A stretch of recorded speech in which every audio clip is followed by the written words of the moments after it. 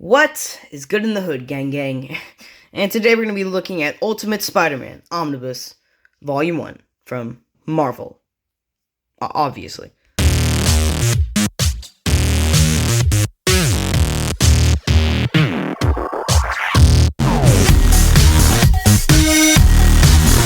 What is going on, everybody? Welcome back, and today we're going to be looking at Ultimate Spider-Man Omnibus Volume 1 by Brian Michael Bendis and artwork by Mark Bagley.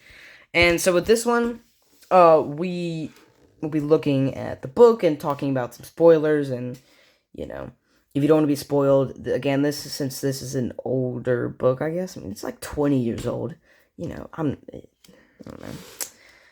I need to figure out this spoil system. If it's like over 10 years old, then I think by now people have read it, but whatever. So, we're going to look at the artwork and talk about the story. I'm going to give my thoughts on this story, even though most people all agree on this book. And so, we'll talk about that. So, let's begin. So, we first got this, take off the dust jacket. So, we got this cover here from issue 1. The side and all the covers that appear. This collects Ultimate Spider-Man 1 through 39, and then the half issue. And this is $125. And $157 in Canada, for all you Canadian friends out there. If I have any, I need to check that. But, I do want to mention, you can get it much cheaper through, like, online. It's, you know, anything online, you can get it for cheaper. And in case you, I'm yapping, let's just continue there. Alright, so, on the year we got that issue 1, the back, and then we got this Venom cover. This is from, what issue is this from? Oh, crap. I think this is from 36? Yeah, I think it's from Ultimate Spider-Man 36. Maybe I'm wrong. So let's look at this book here, talk about this story. Basically, this is the Ultimate Universe. So it's an alternate universe that was going on the side. If you want to check out my Ultimate X-Men Omnibus review, go check that out. So yeah.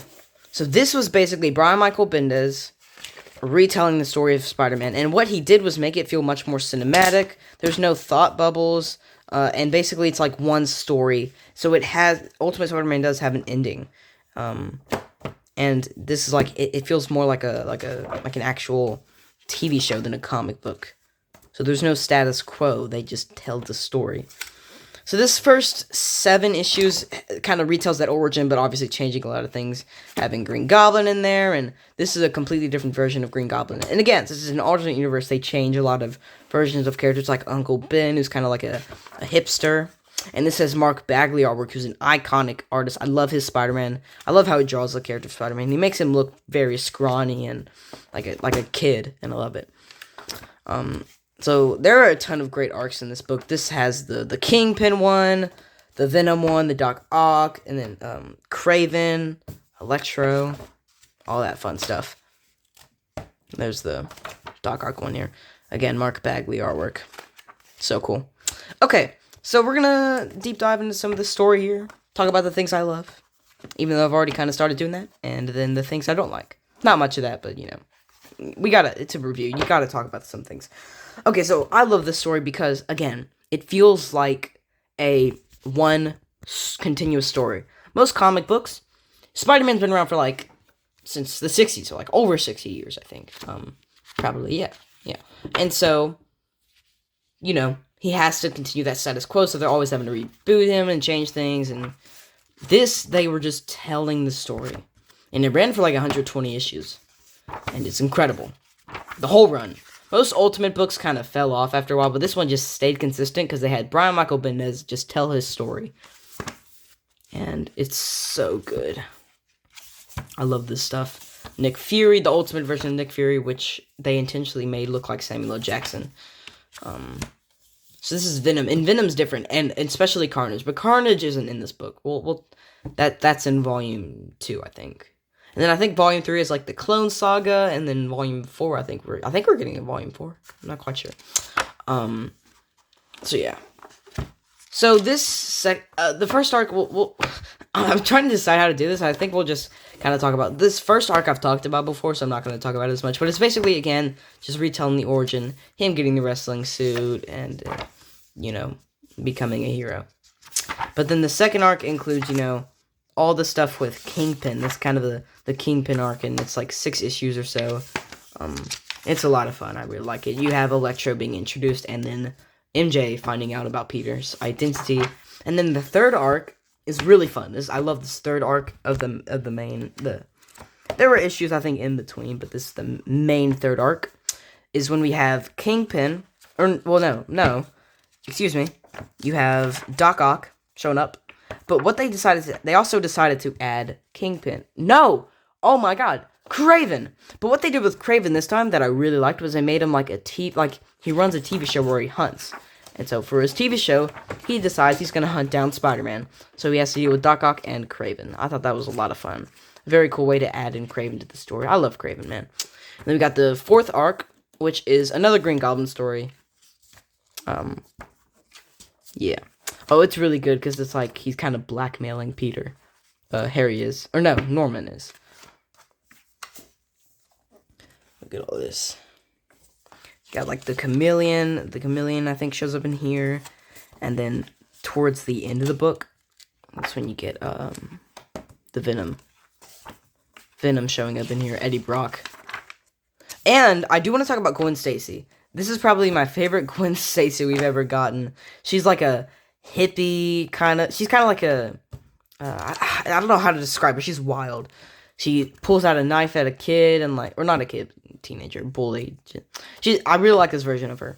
It's kind of this like alternative rock version. She has this like jewelry and bracelets and all that. It's quite cool. I really like it. And you can kind of start to tell the transformation in the artwork and how it changes. Like you can start to kind of tell the difference, the colors and the. I've always liked this cover. It looks like something from like an opera. I don't know why. Alright, now let's look at the back. Let's look at the extras in here, because there's a lot. I've decided to start making these videos, these reviews, shorter, because they would be like 20 minutes long, and I would just yap, and it's like, no one actually wants to watch that much. Alright, so we got this #1 variant, the Joe Quesada variant, and then the, another Joe Quesada variant. We got some other stuff, some articles, and then we have some sketchbook designs from Mark Bagley. Again, his Spider-Man is like this scrawny teenager, and I love it. And then the Peter Parker. I really like the hair that Peter had in this book. Very 2000s. There's Harry Osborn, who isn't in this book a lot. He's like in 10 issues, I think. I'm not quite sure. Mary Jane. I love that version of Mary Jane. She's pretty cool in this book as well. Aunt May and Uncle Ben. Okay, I've said this a lot in this story, this review already about, oh yeah, this is my favorite version, but I love this Aunt May. She's very, like, sassy and cool, and I like it. Brian Michael Bendis is one of my favorite writers, and so this version, he gives us a lot of great characters. Flash Thompson with the bowl cut, and then Kong's actually in this a lot. Like, this book focuses a lot on Kong. Like, and I think one of the arcs he's in the Spider-Man 2000 movie, the Sam Raimi one. Norman Osborn. This doesn't have any of the, like, cover variants. Like, it has the ones from issue 1, but other than that, yeah. Oh, here's more, because we got Electro, excuse me. All the Enforcers, Montana, the Shocker, Ox. Yeah, the version of the Shocker is different. Fancy Dan, Kingpin, huge Kingpin. Doc Ock. Love the suit he made for Doc Ock in the green. More stuff. More articles. Green Goblin designs, also by Mark Bagley. Pinup, I really like this pinup. Cover pencils, Mark Bagley for issue 16, 18, 21. Because with the issues, what they did was they had like borders for every cover, and that's for all of the Ultimates, like Ultimate X-Men, Spider-Man, Fantastic Four. I think they all had that. So yeah, that is everything this book collects. It's not like the huge, like it's not the biggest omnibus, but it's such a good story.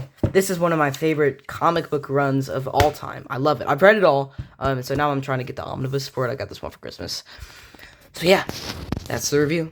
So I hope you guys enjoyed this review. Make sure to like this video, subscribe. Let me know in the comments how, what are your thoughts on this run. And as always, stay geeky. Stay geeky. I remember to say this time. Yeah!